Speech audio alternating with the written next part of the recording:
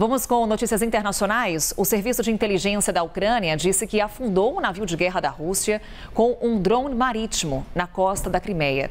A embarcação russa Ivanovets sofreu vários golpes no casco antes de afundar no porto do lago Donuslav,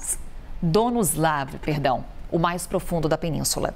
As imagens divulgadas pela Ucrânia mostram os drones marítimos em alta velocidade em direção ao navio russo, antes de serem detonados com impacto.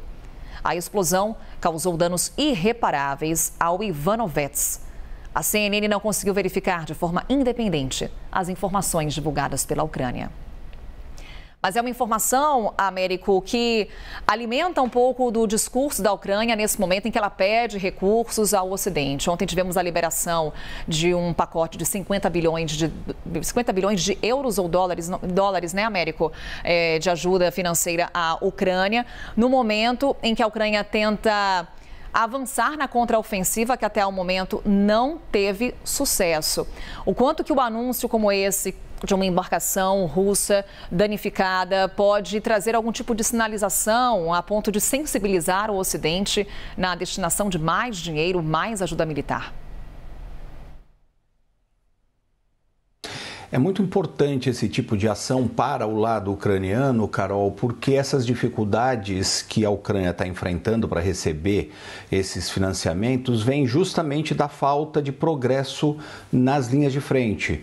Esperava-se aí no ano passado, durante a ofensiva de verão e também de outono da Ucrânia, que eles retomassem parte do seu território que foi ocupado pelos invasores russos, mas isso não aconteceu.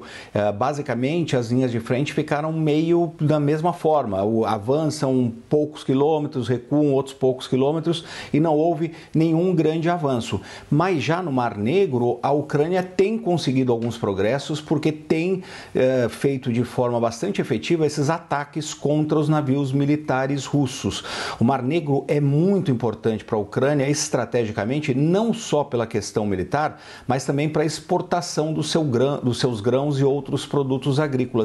Nas últimas semanas, eles têm conseguido usar de uma forma efetiva, embora ainda reduzida, parte dos seus portos para essa exportação, apesar dos avisos dos russos que eles bombardeariam os navios cargueiros que eventualmente saíssem dos portos da Ucrânia, mas eles não têm feito isso e a Ucrânia tem conseguido usar os portos.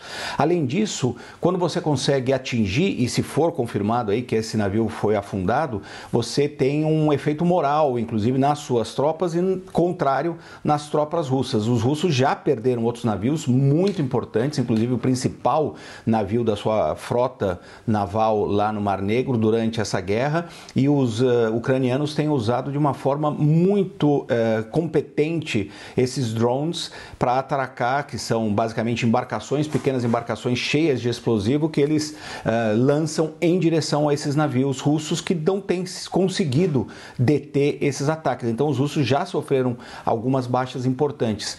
Além disso, Carol, como você lembrou, foi um dia bastante positivo ontem, quando a União Europeia liberou essa ajuda, uma ajuda muito importante para o esforço de guerra da Ucrânia, que agora também gostaria, obviamente, de receber mais ajuda dos Estados Unidos, mas ali existe uma política interna que está atrapalhando as votações. E tudo isso, Carol, acontece num momento muito delicado dentro das Forças Armadas na Ucrânia, porque existe um rumor muito forte de que o Volodymyr Zelensky vai demitir o chefe do exército, o chefe das Forças Armadas ucranianas, o general Valery Zaluzhny,